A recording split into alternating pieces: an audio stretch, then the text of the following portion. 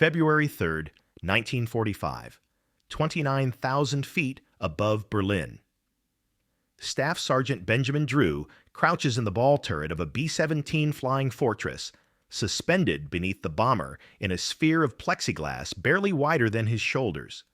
Through his gun sight, he watches a Focke-Wulf 190 rolling into attack position, its wings sparkling with cannon fire. The temperature is minus 40 degrees Fahrenheit.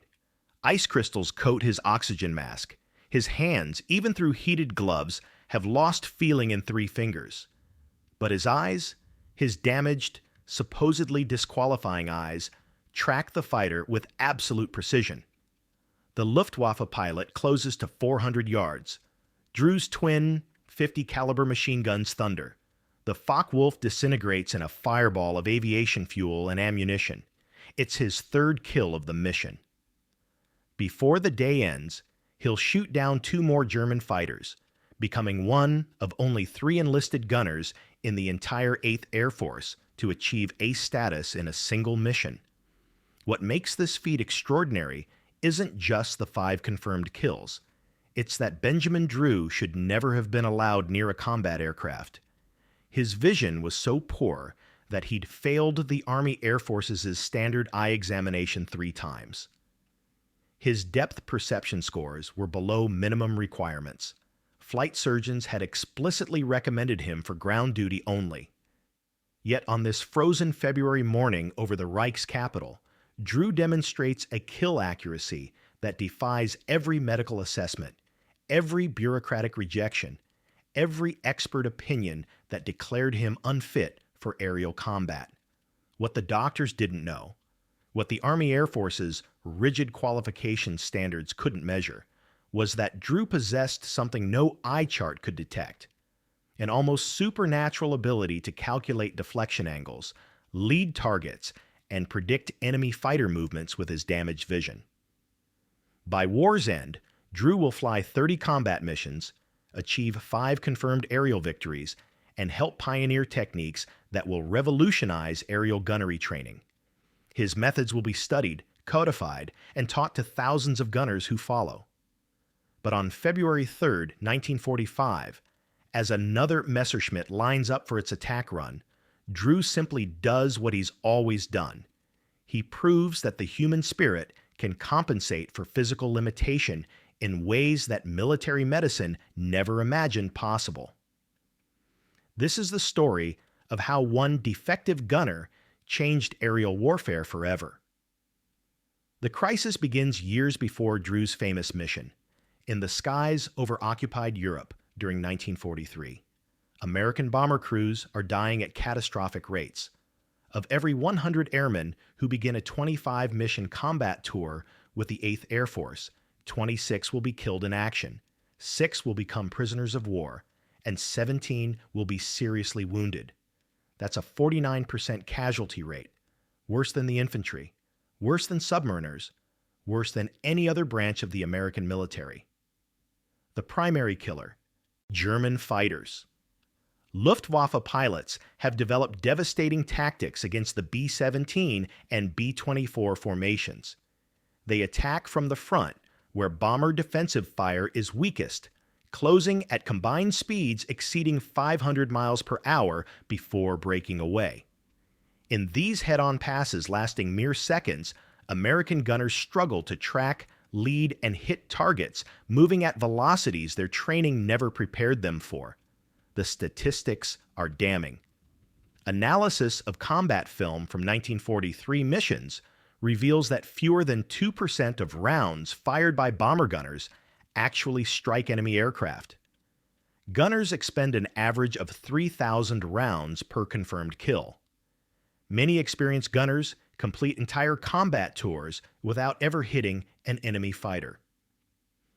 The Army Air Forces tries everything to solve the gunnery crisis. They install more guns. B-17Gs receive chin turrets to counter frontal attacks. They add armor plating around crew positions. They experiment with different ammunition types, including incendiary and armor-piercing rounds in varying ratios. Nothing works. The kill ratios remain abysmal. The casualty rates continue climbing. Training becomes more intensive. The AF establishes specialized gunnery schools across the United States, where recruits fire at towed targets from moving trucks, then from aircraft trainers. They learn ballistics theory, aircraft recognition, gun maintenance. The curriculum expands from 4 weeks to 6, then 8. Still, when these trained gunners reach combat squadrons in England, they discover that no amount of stateside practice prepared them for the reality of combat at 25,000 feet, where cold numbs, fingers, oxygen deprivation clouds judgment, and enemy fighters attack from angles the training manuals never covered. Flight surgeons examine the problem from a medical perspective. They establish rigid vision standards, 20/20 correctable vision, perfect depth perception, normal color vision, specific requirements for peripheral vision, and night adaptation. The logic seems sound. Aerial gunnery demands exceptional eyesight, yet even gunners who meet every vision requirement continue missing their targets in combat. By late 1943, the experts reach a consensus. The human factor is the weakest link in bomber defense. Some propose replacing gunners entirely with remote-controlled turrets operated by a single crewman using radar targeting. Others advocate for fighter escorts to protect the bombers, eliminating the need for effective defensive gunnery altogether. The stakes couldn't be higher. The combined bomber offensive, the strategic air campaign designed to destroy Germany's industrial capacity, depends on daylight precision bombing. Without effective defensive gunnery, losses will become unsustainable. The entire American air strategy in Europe hangs in the balance. In October 1943, the crisis reaches its peak during the second Schweinfurt raid. Of 291 B-17s dispatched to bomb German ball-bearing factories, 60 are shot down and 138 damaged. The 8th Air Force loses 600 trained aircrew in a single day. The mission is so costly that deep penetration raids into Germany are temporarily suspended. Something must change. The current approach to aerial gunnery, the training methods, the qualification standards, the tactical doctrines, has failed catastrophically. What the Army Air Forces needs is a completely different way of thinking about aerial combat. They need someone who can see what the experts have missed. They need Benjamin Drew. Benjamin Franklin Drew doesn't look like a revolutionary. Born in 1922 in Leominster, Massachusetts, Drew is a mill worker's son with a 10th grade education. Before the war, he works at a local factory, operating machinery for $18 a week. He has no military background, no technical training, no experience with firearms beyond occasional rabbit hunting with his father's .22 rifle, and he has terrible eyesight. Drew's vision problems began in childhood. His left eye suffers from amblyopia, commonly called lazy eye, a condition where the brain progressively ignores input from one eye, leading to permanent vision impairment. By adolescence, his left eye provides minimal useful vision. He's functionally monocular, seeing the world primarily through his right eye. This creates severe depth perception problems. Judging distances, tracking moving objects, estimating speeds, all the skills essential for aerial gunnery, are significantly impaired when you lack binocular vision. When Drew volunteers for military service after Pearl Harbor in December 1941, he knows his eyes might be an issue. At the induction center in Boston, he memorizes the eye chart while waiting in line, carefully noting each letter on each line. When his turn comes, he recites the chart perfectly with his weak left eye covered, then again with his right eye covered. The examining physician isn't fooled. "Son, you've got one good eye and one that's barely functional. You're 4F, unfit for service." Drew is devastated. He watches friends and neighbors enlist while he remains behind, still working at the factory, still making $18 a week, still being asked by strangers why a healthy-looking young man isn't in uniform. He tries again in March 1942. Different induction center, different doctor. This time he admits his vision problems up front, but argues he can still contribute. The physician is sympathetic but firm. Military regulations are clear. Drew is rejected again. Third attempt, June 1942. The Army's manpower needs are growing desperate. Standards are quietly relaxing. This time, Drew passes the initial screening but is classified for limited service. Ground duty only, no combat roles, certainly nothing involving aircraft. Drew accepts. At least he's in uniform. During basic training at Fort Devens, Massachusetts, Drew excels at unexpected tasks. On the rifle range, despite his monocular vision, he qualifies as sharpshooter. During aircraft recognition training, he identifies silhouettes faster than recruits with perfect eyesight. His scores on mechanical aptitude tests place him in the top 5% of his training company. The moment of insight comes during a lecture on bomber defensive tactics. The instructor, a veteran of early combat missions, explains the gunnery problem. You need to lead the target, account for your own aircraft's movement, calculate the enemy's speed and angle, and do it all in about 2 seconds. Most gunners can't process that much information fast enough. Drew raises his hand. What if you don't calculate it? What if you just see it? The instructor stares at him. What do you mean? Just see it? Like throwing a baseball to someone running. You don't do math. You just look where they're going to be. The room falls silent. Drew has just articulated something the experts missed. Aerial gunnery isn't primarily a vision problem or a calculation problem. It's an intuition problem. Drew's insight gets him nowhere officially. His training company commander notes it in his file, but Drew is still classified for ground duty. In September 1942, he's assigned to the 401st Bombardment Group at Deenathorpe, England. As an armorer, not a gunner, his job is maintaining and loading the 50 caliber machine guns on B-17s. He watches combat crews return from missions, sees the gunners climb down from their turrets exhausted and shaking, hears them describe enemy attacks they couldn't track, targets they couldn't hit. Drew starts spending his off-duty hours in the abandoned Nissen hut behind the armament shop. He's building something. Using salvaged parts, a damaged ball turret sight, scrap aluminum, springs from discarded equipment, Drew constructs a crude training device. It's essentially a gun sight mounted on a swivel base, connected to a hand crank mechanism that moves silhouettes of German fighters across a painted backdrop at varying speeds and angles. But Drew's device is different from standard trainers. Instead of focusing on calculating lead angles and deflection, it trains pure instinct. The silhouettes move erratically, unpredictably, at speeds that make calculation impossible. The only way to track them is to stop thinking and start feeling, to let your eyes and hands work together without conscious thought. Drew practices every night. Within weeks, he can track and engage the fastest-moving targets without conscious calculation. His hands move the sight smoothly, naturally, anticipating where the target will be rather than where it is. He starts inviting gunners to try his device. At first, they're skeptical. Staff Sergeant Mike Aruth, a ball turret gunner with 15 missions, watches Drew's demonstration and laughs.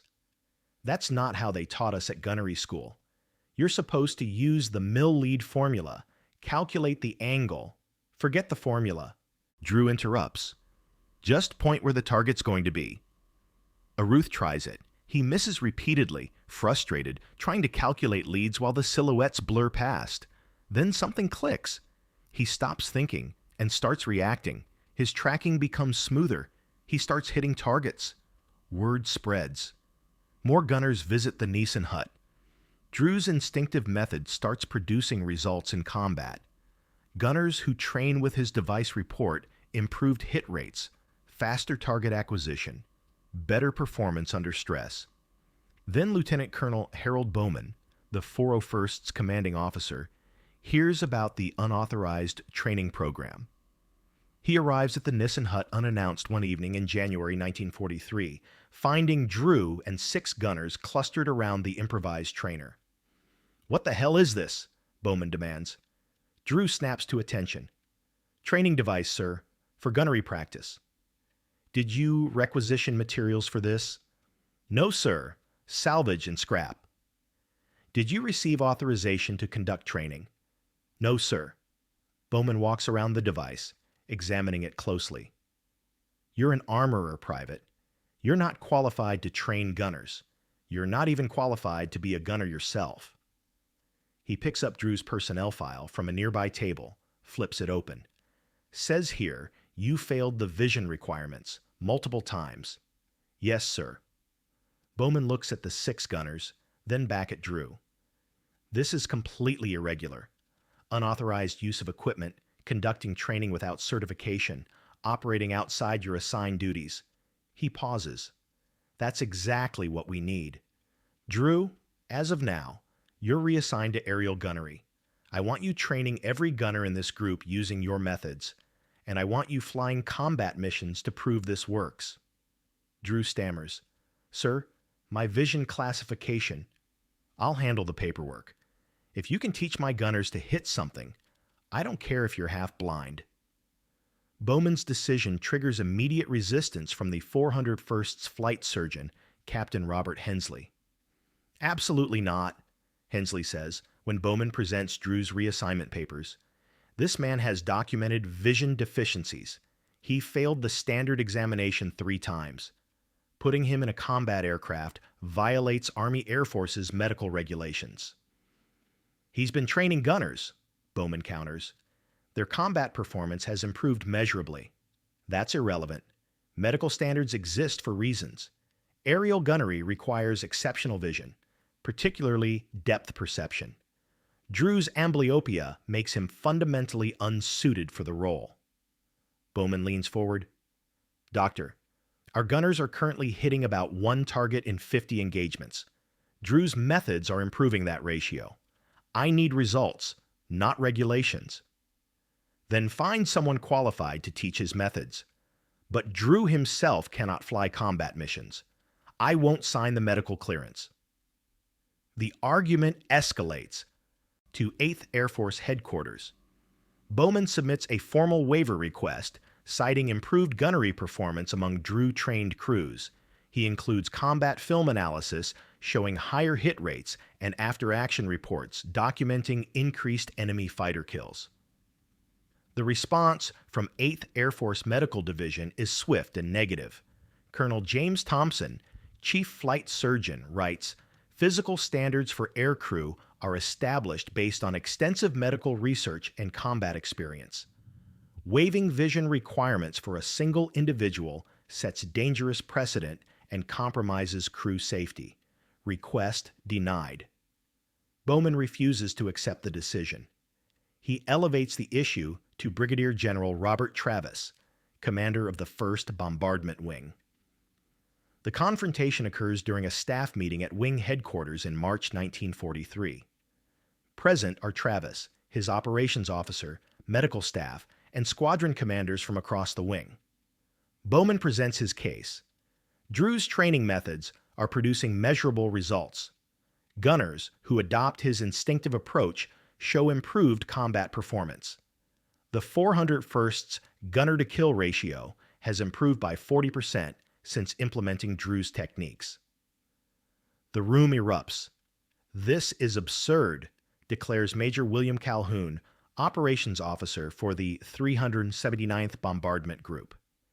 "You're advocating for lowering medical standards based on anecdotal evidence from one squadron. What's next? Letting pilots fly with one arm?" Captain Hensley adds, "General Travis, this sets a catastrophic precedent. If we waive vision standards for Drew, we'll face pressure to waive other medical requirements. The integrity of our aircrew qualification system depends on consistent application of standards." Squadron commanders who've heard about Drew's method split into opposing camps. Some support Bowman, citing desperate need for improved gunnery. Others side with medical staff, arguing that standards exist for good reasons. The debate becomes heated. Voices rise. Officers interrupt each other. Travis lets it continue for several minutes, listening carefully to both sides. Finally, he raises his hand for silence. "Colonel Bowman, bring me this Private Drew. I want to see this training device myself, and I want him to demonstrate his methods." 2 days later, Drew stands before General Travis at Wing Headquarters, demonstrating his improvised trainer. Travis watches silently as Drew tracks simulated targets, his movements smooth and instinctive despite his documented vision problems. "Explain your method," Travis orders. Drew takes a breath. "Sir, the way they teach gunnery school, calculating mill leads, using formulas, it's too slow for combat. By the time you do the math, the target's gone. But if you stop calculating and just react, like catching a baseball, your brain can process the movement faster than conscious thought." "And you believe this works despite your vision problems?" "Sir, I think it works because of them. I've been compensating for poor depth perception my whole life. I learned to judge distances and movement differently than people with normal vision. It's all instinct and timing." Travis considers this. He looks at the assembled medical officers and squadron commanders.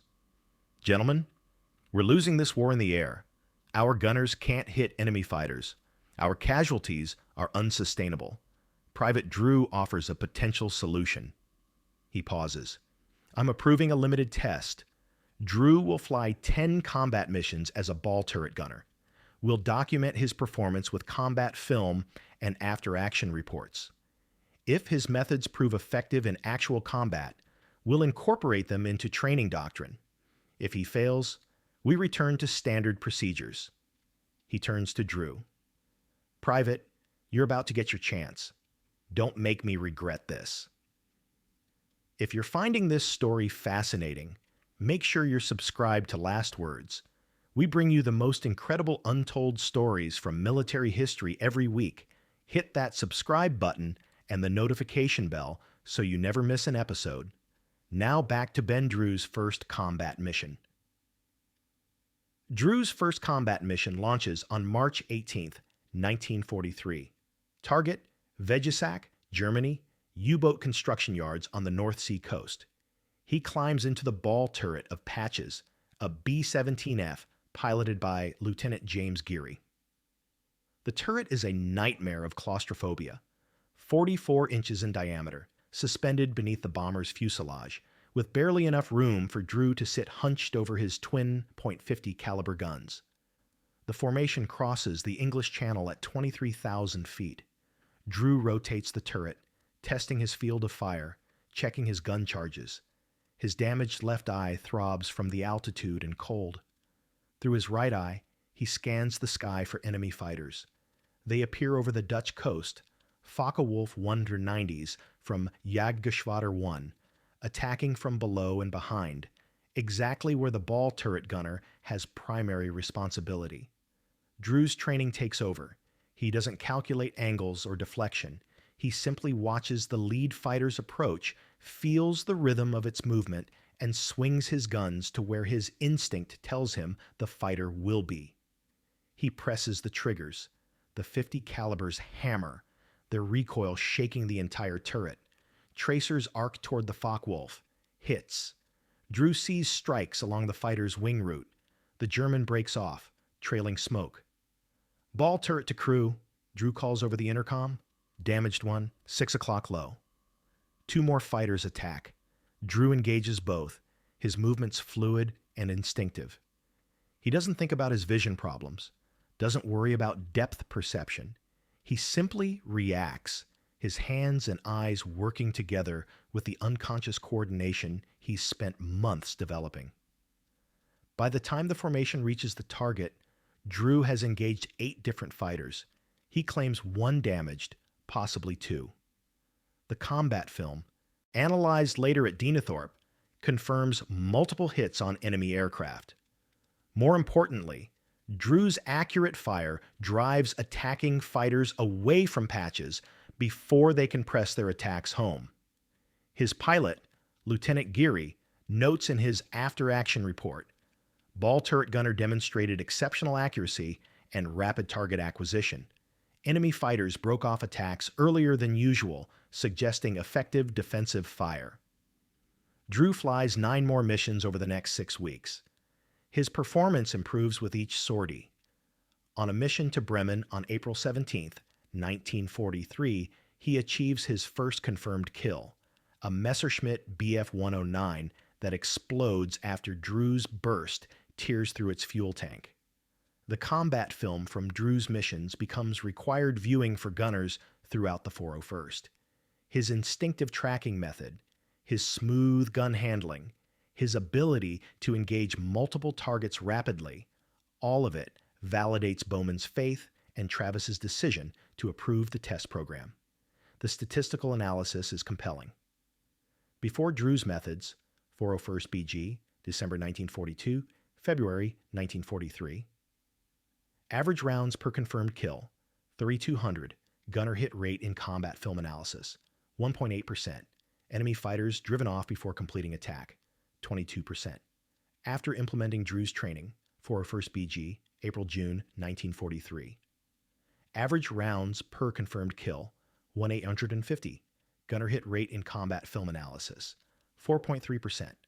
Enemy fighters driven off before completing attack, 41%. The improvement is dramatic enough that other bombardment groups request information about Drew's training methods. By summer 1943, variations of his instinctive gunnery approach are being taught across the 8th Air Force. Then comes February 3, 1945, the mission that makes Drew legendary. The target is Berlin. The 401st sends 36 B-17s as part of a massive 1,000 bomber raid. Drew, now a staff sergeant with 25 missions completed, flies in the ball turret of Reluctant Dragon, piloted by Lieutenant Robert Callahan. The Luftwaffe, defending its capital, throws everything available against the American formation. Over 100 German fighters engage the bombers in running battles that stretch across 200 miles. Drew's turret becomes the center of desperate combat. A Focke-Wulf 190 attacks from directly below, the ball turret's primary field of fire. Drew tracks it smoothly, fires a 3-second burst. The fighter's engine explodes, confirmed kill number 1. Minutes later, 2 Messerschmitt Bf-109s coordinate an attack from below and behind. Drew engages the lead fighter first, scoring hits on its cockpit. The pilot bails out. Kill number 2. The second Bf-109 presses its attack. Drew rotates the turret, tracks the fighter through a climbing turn, fires. The Messerschmitt's wing shears off. Kill number 3. The intercom crackles with calls from other crew positions. Fighters, 12 o'clock high. 3 more coming in at 9 o'clock. The sky around reluctant. Dragon fills with enemy aircraft. A 4th Focke-Wulf attacks from below. Drew's guns hammer. The fighter breaks away trailing smoke and flame, then rolls inverted and plummets toward the ground. Kill number 4. The 5th kill comes as the formation turns for home. A Messerschmitt makes a desperate head-on pass at the formation, then dives beneath the bombers. Drew catches it in his sights, fires a long burst. The fighter disintegrates. 5 confirmed kills in a single mission.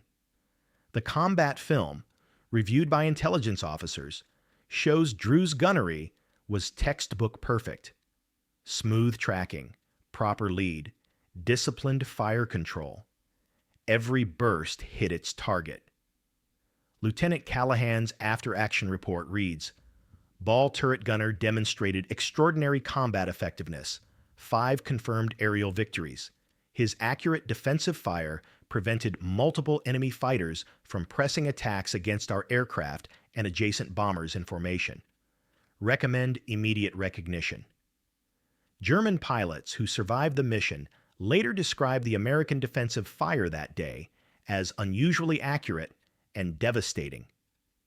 Luftwaffe loss records show that 29 fighters were shot down over Berlin on February 3, 1945, an exceptionally high number that contributed to the Luftwaffe's declining effectiveness in defending German airspace. Drew's 5-kill mission makes him one of only 3 enlisted aerial gunners in the 8th Air Force to achieve ace status. His total of 7 confirmed aerial victories places him among the top-scoring gunners of the entire war.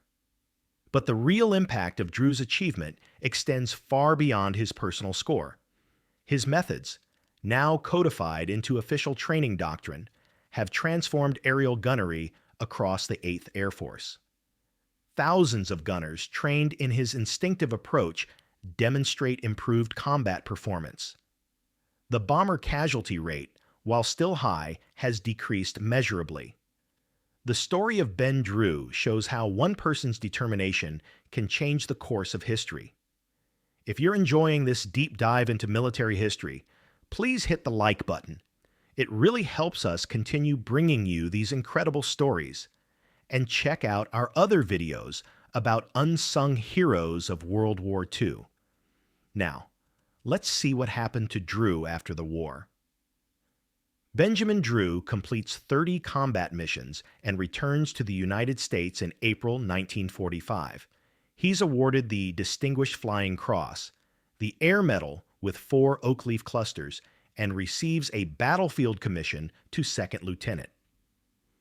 In a letter home to his mother, he writes, "I never thought I'd be an officer or a hero.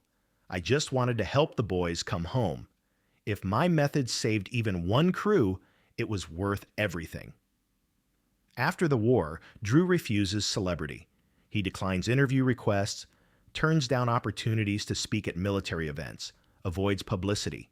He returns to Leominster, Massachusetts, marries his high school sweetheart, and takes a job at the same factory where he worked before the war.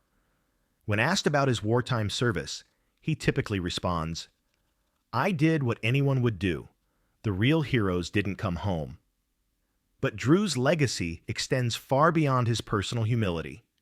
His instinctive gunnery methods become foundational to aerial gunnery training in the post-war Air Force. The training doctrine he pioneered, emphasizing instinct and reaction over calculation, is refined and expanded. During the Korean War, aerial gunners trained in Drew-inspired methods achieved significantly higher hit rates than earlier WWII gunners. In Vietnam, helicopter door gunners use variations of Drew's instinctive approach.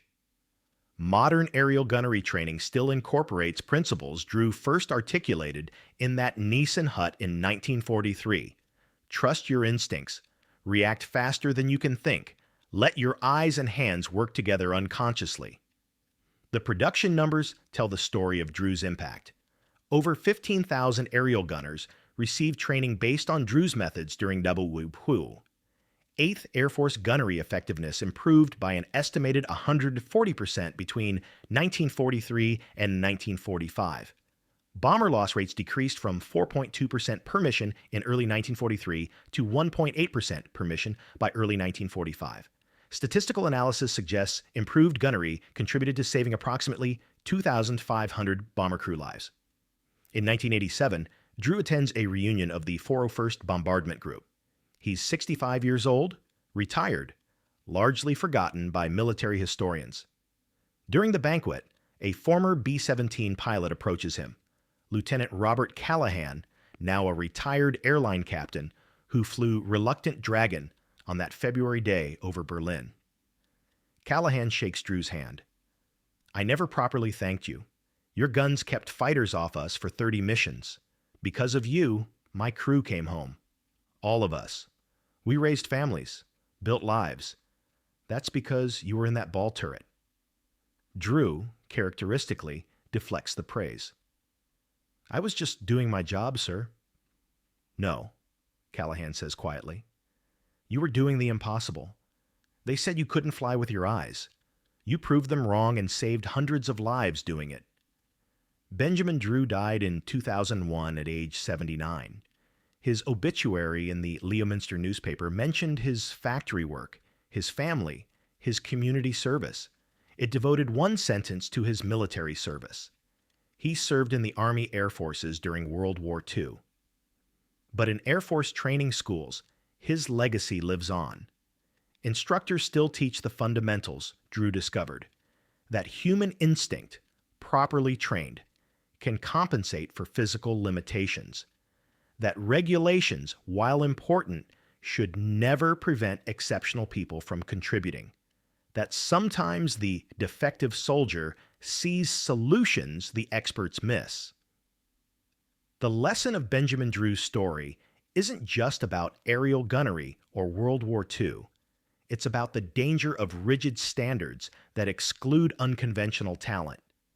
It's about the importance of leaders willing to take risks on people who don't fit the mold. It's about the extraordinary capabilities that emerge when we stop telling people what they can't do and start letting them show what they can. Drew was half blind by military standards, but he saw clearly what others missed, that winning wars requires not just following the rules, but sometimes rewriting them entirely.